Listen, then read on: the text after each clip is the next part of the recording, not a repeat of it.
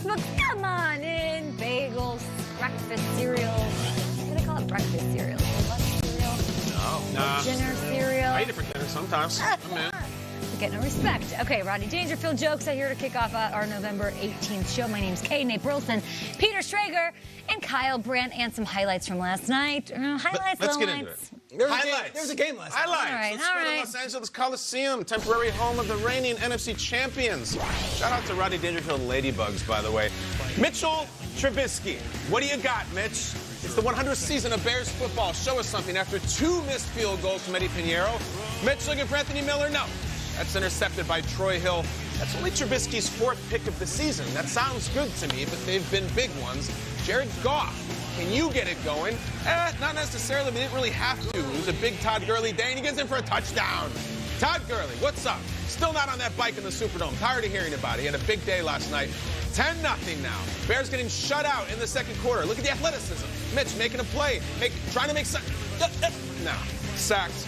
Michael Brockers. It goes down kind of awkwardly. We've been watching him now all morning to see if there was a time when he might have gotten banged up. I'll tell you why momentarily. 10-0. There was just no offense for the Bears. They really didn't have it going. But after a really cool Tariq Cohen touchdown, they're down 10-7. Now under 8 to play. We're showing that because there seemed to be something wrong with Mitch. And if you look at Matt Nagy on the sideline, he seemed to know something was up too. Meanwhile, the Rams are at home. The Rams got business to take care of. And it's Malcolm Brown in for the touchdown.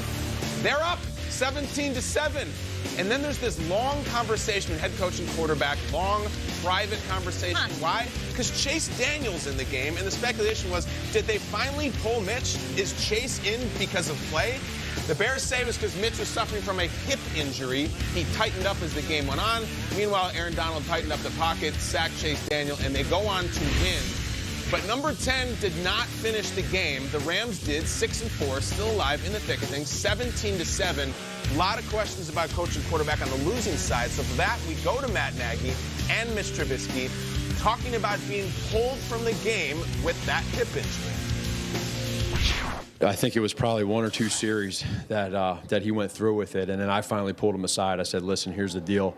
We got to know, and you got to be honest with us as to where you're at. And it was hard for him to say that. It was really hard, but he told me exactly how he felt, and then I made the decision to put Chase in there at that time. It was something in the second half, and one of the hits I took got evaluated at halftime, something in the hip region where I was just trying to keep it loose the second half and be able to make plays for my team, and I just kept getting tighter and tighter in the hip region, and I just couldn't move around like I wanted to, and I was just throwing with a lot of arm, and I was trying to make plays and stay on the field and fight through, and just disappointed I couldn't finish. Disappointed is the word. You can actually use that word to describe both teams despite the Rams getting the win. We'll dig into all of this, but we do have Ian Rappaport joining us this morning, our NFL Network insider. We all saw Trubisky have that exchange with Coach Matt Nagy on the sideline, and then he was on the sideline for the remainder of the game. What can you tell us about the Bears quarterback situation today ahead of their game in Week 12 against the Giants? No, certainly, Kate, there's going to be a lot of examination of, well, many things in this game, including that sideline conversation, which we're now going to see many, many times. Clearly, a frustrated Mitch Trubisky, a frustrated Matt Nagy, trying to get to the bottom and trying to figure out what is wrong with Trubisky and why was he playing like that. If you look with about 40 seconds to go in the first half, Trubisky gets kneed in the hip area by Michael Brockers. Perhaps that is a hit they were all talking about. And Nagy took several moments after the game to say this was not a pulling of Mitch Trubisky. This was not benching him and putting in the veteran Chase Daniel. Obviously, they want better quarterback play, but to do it at that time, just watching it did not make a lot of sense. And knowing that Trubisky was injured makes much more sense than him being pulled at that moment. That said, this Bears quarterback situation is now very much in focus. How healthy is Trubisky? If he can't move around like he usually does that limit his effectiveness as a quarterback? Is he going to be healthy going forward? What kind of tests is he going to have on his hip today and tomorrow? Far more questions than answers regarding the Bears quarterback situation going forward.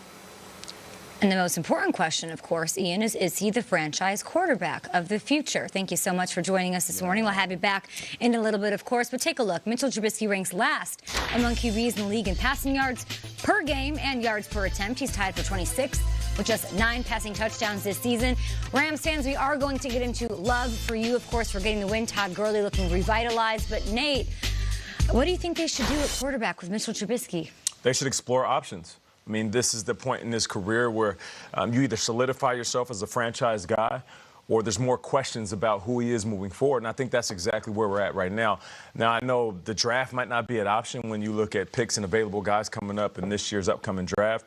But they there don't might have be a first rounder. Exactly. So there might be guys to trade for. I mean, one dude that comes to mind is Cam Newton. Now, I know the situation is very unclear. We don't know what they're going to do at the QB position, but I do know Cam will be well rested. He should be healthy. And if indeed it's time for Carolina to move on, then maybe this is one of the suitors, a team that can have Cam get a fresh start to his career. They'll have some type of revitalization within that offense. Fans will come and sit down because there's a new former MVP now at quarterback. But even more options like that because there's a few backup quarterbacks in the league that could make a chance to start next season, and Bears might be a suitor.